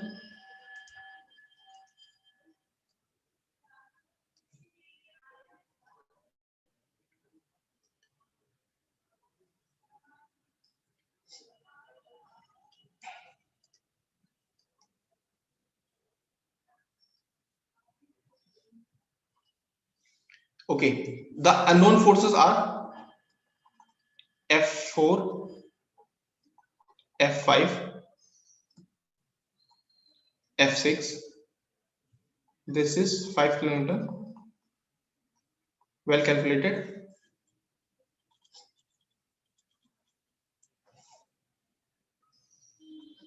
This is also 5 kN. What about member BC? What about member BC? In which direction I should represent the force? Towards right or towards left? Towards right or towards left? Which direction I should represent the force? In this part, XC part. Tell me, please tell me, in XC part, which side I should represent? Towards right or towards left? Towards right or towards left? Good, Krishna. Atil, you should understand that now we are using method of section. We are using method of section. Straight away by observing the free body diagram of XC. Straight away by observing the free body diagram of XC. Since we know that BC is in compression, so each and every portion must be in compression. Each and every portion must be in compression. Therefore, at X also the force must be acting, that XC must be in compression. XC must be in compression. Is it clear? So the force must be acting towards right. Force must be acting towards right. 5 kN force. Atil, are we clear about this? Are we clear about this? Now we are having three forces. Very easy for us to determine. Any unknown value, F4, F5 or F6. Any unknown value, F4, F5 or F6. We have to determine the value of F5. Now you can use simple summation Fx is equal to 0, summation Fy is equal to 0, and net moment about any point is equal to 0, and you can determine the value of F4, F5, F6. You will get the value of F5 as well. In that you will find, definitely you will find the value of F5 as well. But instead of using that, I will suggest you, whenever you reach up to this point, better to select the equation, that whether there is any possibility of getting the answer directly or not. What I'm saying is, you can use these three equations. Ultimately, you will find the value of F4, F5, F6 definitely. But I am suggesting you that once you are over here, once you are up to this step, okay, you find this non-concurrent system of force, the free body diagram completely, the geometry is well known to you. Now the only thing you have to determine is F5. Instead of going for summation F is equal to 0, summation Fy is equal to 0, and net moment about any point M is equal to 0 bluntly, you should be observing this whole free body diagram and should say that, okay, I do not need F4 and F6. I do not need.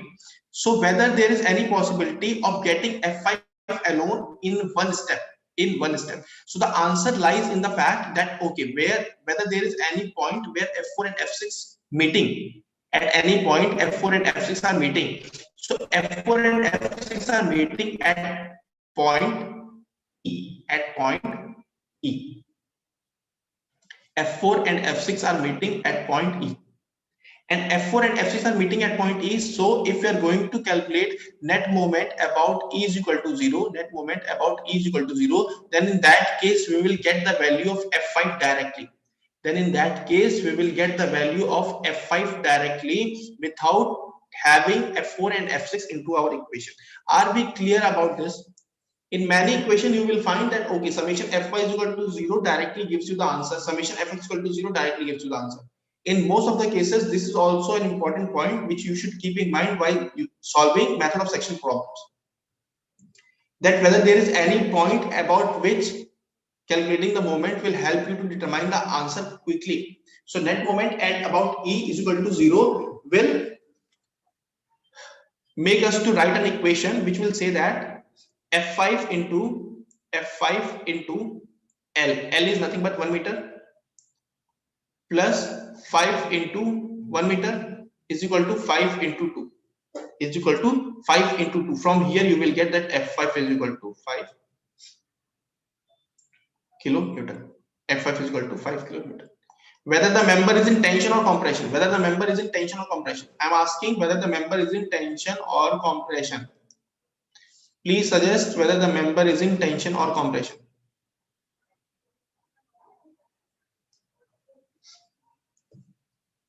So the question begins. Very good question.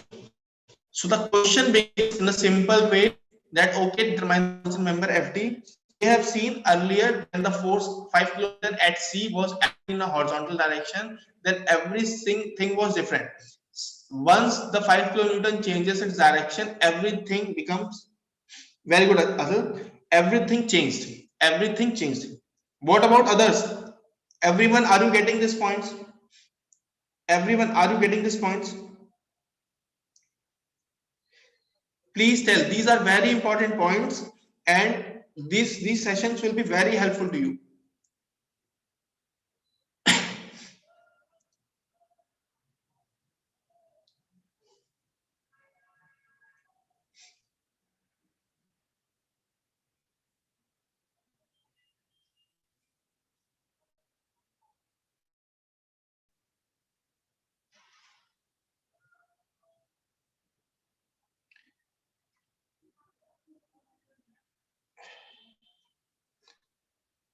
Nityanand, I am not getting your.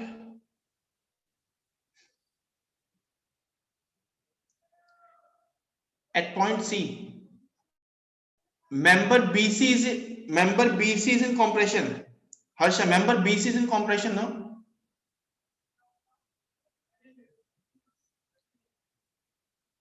Member BC is in compression. Member BC is in compression.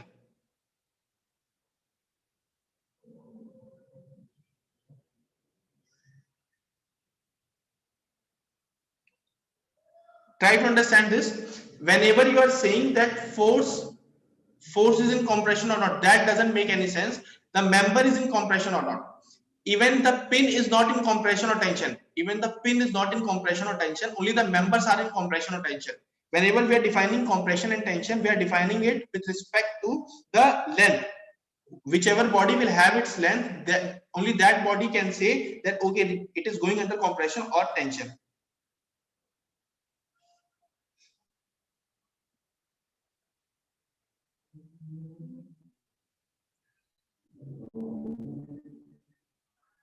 So if you're saying only at point C, then that doesn't make any sense. You should say that okay, at point C, member DC is in compression or tension, member BC is in compression or tension. Here from the free body diagram or from the method of joint, we have concluded that okay, BC is a zero force member. Sorry, BC is a member under compression. BC is a member under compression. Are we clear regarding this? Let's move to the next question. Nityan, I haven't got your answer.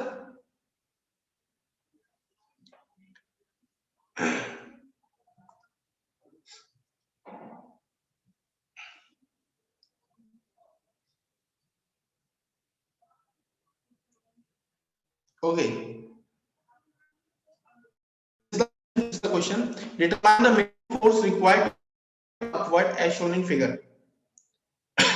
The angle of friction for all the contact surfaces is 15 degree. The angle of friction for all the contact surfaces is 15 degree.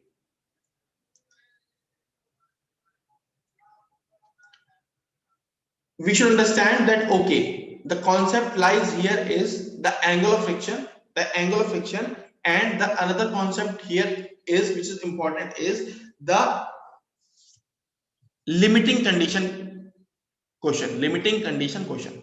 Try to understand this. We are going to draw the free body diagram. First thing is, if you are going to draw the free body diagram, then we should understand that okay, what should be the direction of friction? The direction of normal reaction force and the weight force is very obvious, but what will be the direction of friction determined using some tricks. Okay, that we will make every possible contact surfaces to be frictionless, and then we will see that okay, what is the tendency of B and what is the tendency of A. We will see that the tendency of B is to move left, so the force which is acting at B is towards right.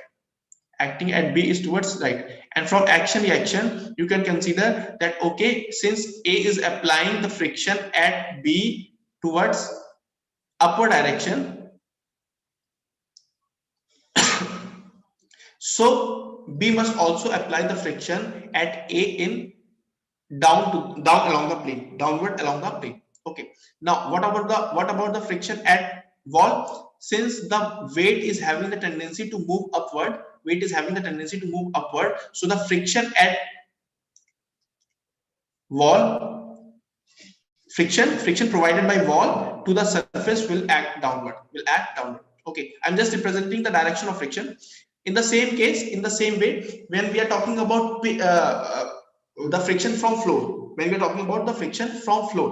in that case we will say that okay, the P is applied in such a way that the body is moving towards right, so it is moving towards left with respect to the floor. Therefore, the force which is acting here is towards right.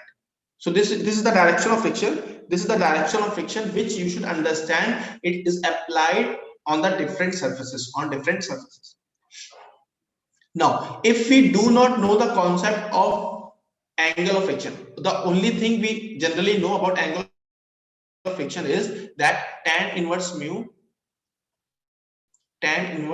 is equal to phi, where phi is the angle of friction,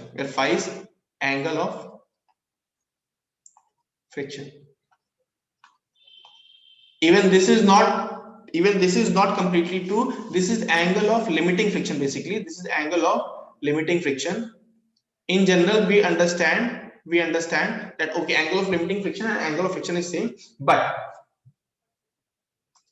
angle of friction is defined in such a way that when we are saying that what are the contact forces at a surface, then the contact forces are normal reaction and friction. And the resultant of those contact forces, whatever angle it makes with normal, is the angle of friction. This is the concept we are going to see over here. This is the concept which we are going to use over here. Okay, now let's make the free body diagram. We have to calculate the value of P. The weight of the wedge is not mentioned because in most of the cases the weight of the wedge is negligible to the weight which is lifted. Therefore, in general, we will find that okay, there is no weight of wedge. But in case if they have provided the weight of wedge also, then you have to consider though that also into the free body diagram, and you have to solve accordingly. There is no issue regarding that. Right now, we have to consider that okay, like in most of the cases, they do not consider the weight of the wedge. Same way, we are not considering the weight of the wedge over here. Okay, but the concept of free body diagram will remain same.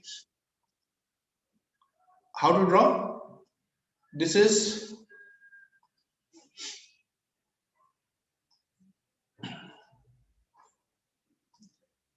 B.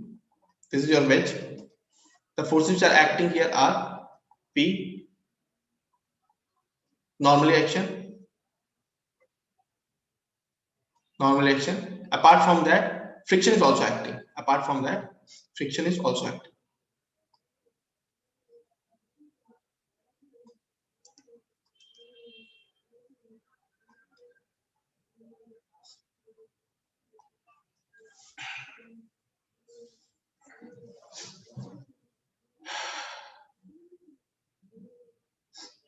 Say this is N3, this is N2, this is F2, this is F3.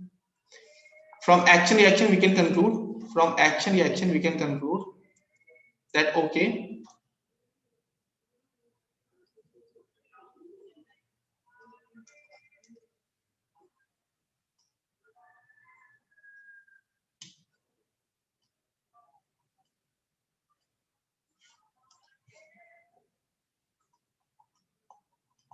This must be N2. This must be F2. This must be N1. This must be F1.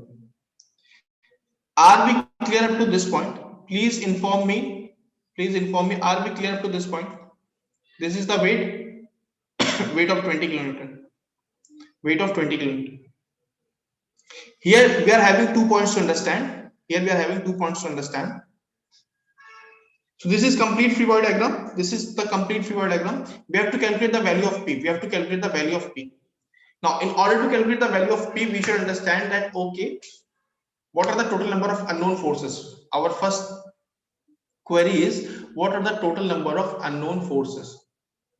So the total number of unknown forces are, when it will appear to us, it will be 1, 2, 3, 4, 5, 6. So total number of unknown forces which will appear to us will be 6. But the thing is, from here you should understand that in question, whenever they are going to form the question of wedge, then it will either be moving, or it will be in a situation that the body is just able to move. Matlab means it is either limiting condition, or dynamic condition. Whenever I am saying, just let me ask you one question. Say if I am saying that friction force, which of the following relation corresponding to friction force is correct? Friction force is equal to mu into n. Static friction. I am talking about static friction. Static friction is equal to mu into mg. Static friction lies from 0 to mu into n, or it is from 0 to mu into mg. Which of the following relation is always correct? Please tell me.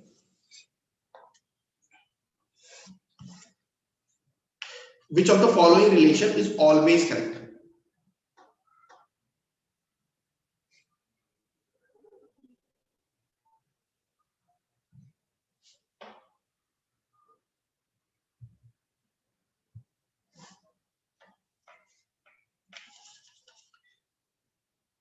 Okay, Krishna, try to understand that.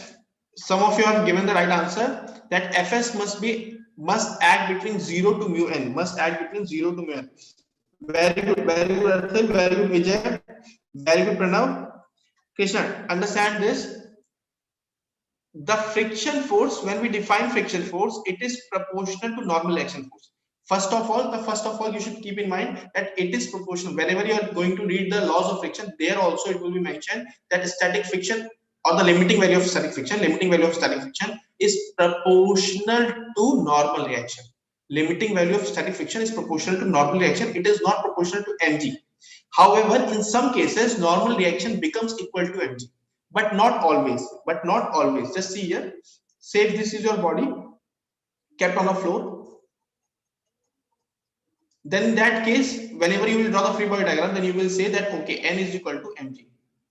Whatever normal action force acting on the body is equal to mg, in order to keep the body in equilibrium. But in case, if, say for example, I have put some weight from upward, say this is 10 kilonewton, separately I am using my finger, I have put some force at the top of the block, then you will say that now that n plus 10 is equal to, sorry, mg plus 10 is equal to n. Mg plus 10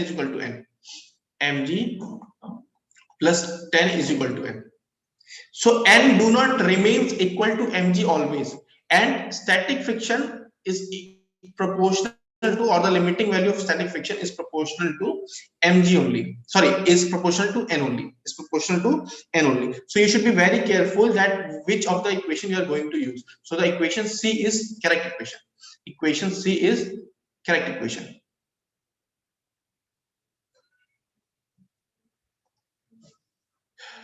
Okay.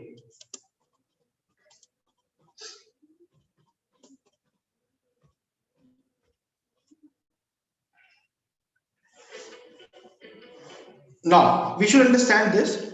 We should understand this. Okay, this equation is perfectly correct. This equation is perfectly correct. But how to approach towards this question? How to approach towards this question? Because in question it is mentioned, I have told you that in question it will be mentioned that okay, the body will either be in dynamic condition or it will be just be moving. It will just start moving. It will just start moving. So you can say that. You can say that.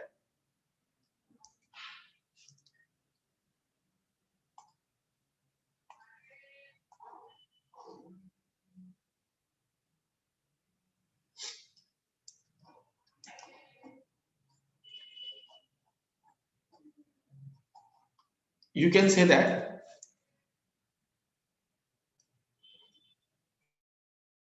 what will be the value of friction? What will be the value of friction? It will either be Fs max or it will be equal to Fq. It will either be Fs max or it will be equal to Fq. So here you are aware of the value of Fs. Here you are basically aware of the value of Fs. Okay. Now, since here you are aware of the value of Fs, so you know that okay, F1 is nothing but mu n1. F1 is nothing but mu n1. Say if in case they wouldn't have mentioned that okay, it is in a static condition and we don't know in which state it is, whether it is here or here. If they haven't mentioned that, how come you will know that what is the value of F1? There you cannot conclude that what is the value of F1. Since they have mentioned that okay, either the system will be in dynamic condition, the question in which they will put it will be like this only, that either the system will be in dynamic condition or it will be in limiting condition. Since the question is in limiting condition, as if now the question seems like, so we can say that okay, f1 is nothing but mu n1. F1 is nothing but mu n1. Similarly, f2 is also nothing but mu n2. F3 is nothing but mu n3. Okay, so this is also one approach that okay, f n2 is acting, mu n2 is acting, n1 is acting, mu n1 is acting, n3 is acting, mu n3 is acting. Very easy for us to solve using equations of equilibrium. But instead of that, if we will use the concept of angle of friction directly, then we will say that okay, if we do know the value of n1, if we do know the value of n1, or we can say that we do know the value of orientation of n, basically orientation of n1. If we know the value of orientation of n1 or direction of n1 or line of action of n1, then by the geometry we can say that the angle between n1 and friction force is nothing but angle of friction, which is 15 degree. Are we getting this? So instead of showing two forces over here, we can show it using a single resultant force, say r1. Same way we can use the same thing over here also. We will remove f2 and n2 by r2. In the same way here also, remove it f3 and n3 with r3. Because we do not need the value of r1 or r2 or r3, so we can directly go for this approach. We do not need the value of n also.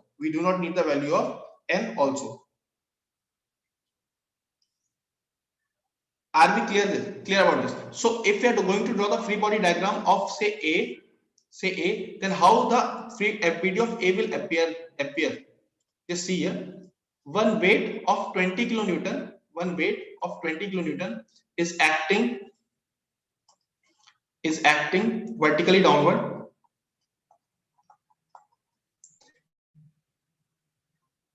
Apart from that, two forces, one R2 and one R1 is acting.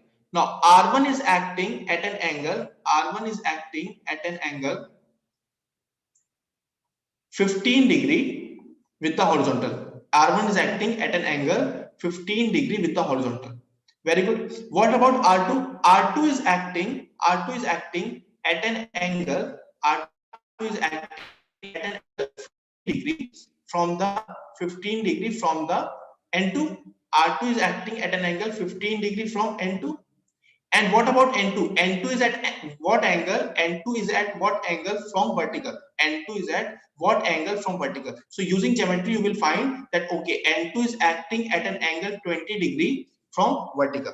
N2 is acting at an angle 20 degree from vertical. Just see here. You can easily determine that N2 must be acting. N2 must be acting at 20 degree with the vertical, and R2 again is acting at an angle 15 degree with the N2. How come? With the help of concept of angle of friction. With the help of concept of angle of friction. So it is very easy only.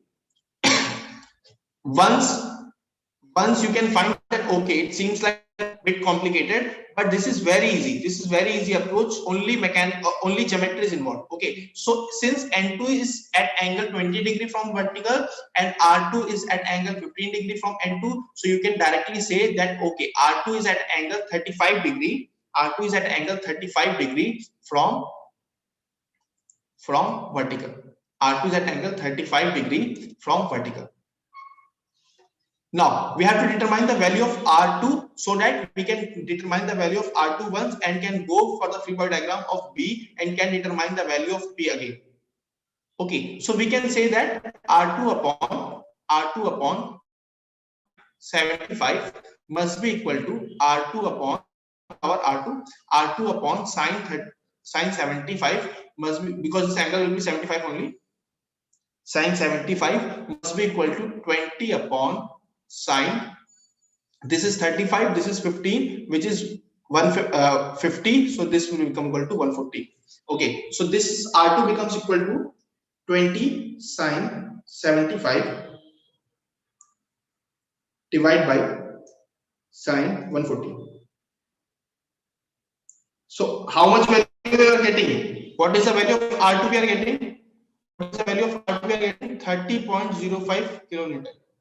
30.05 kilonewton. Everyone, are you getting this point? Value of R2 we got. Value of R2 we got. Angle at which R2 acts. The angle at which R2. This was for A. Now we are drawing for B. Now we are drawing for B. Okay, Vijay. Now from action reaction, the R2 will be acting. R2 will be acting in opposite direction at B basically. But the angle line of action will have the same orientation from horizontal and vertical, so it will be 35 degree only. This is R2.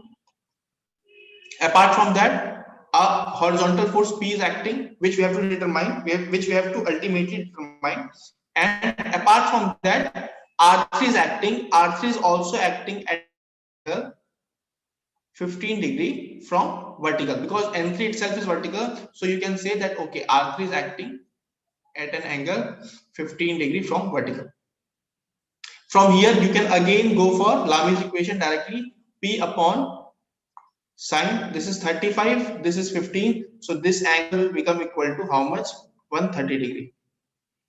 Sine 130 is equal to R2 upon sine 105 is equal to R2 upon sine 105. There is no big deal regarding determining the value of angles. R2 sine 130 upon sine 105. So you can determine the value from here.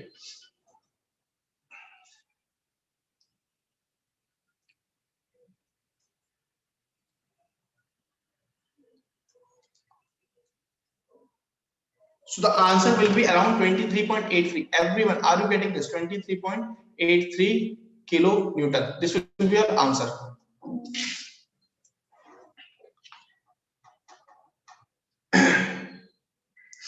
So I hope this session was useful to you. We will meet once again tomorrow with the next session.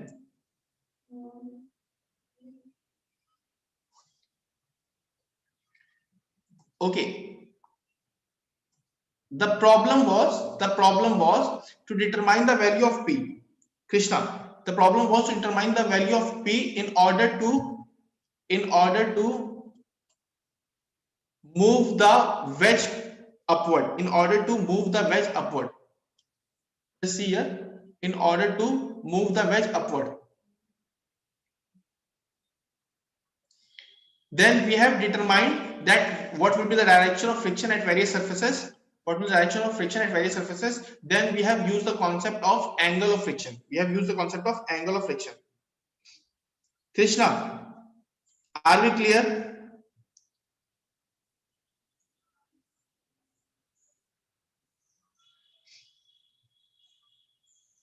Now this was 2-hour session. So the session will end now, and we will continue with the dynamics portion tomorrow. I hope up till here it was clear to you. Thank you everyone. If you are having any suggestions or any query, you can contact us at quality@thegateacademy.com. We are bringing you very helpful sessions. Please do like, share and subscribe. Thank you.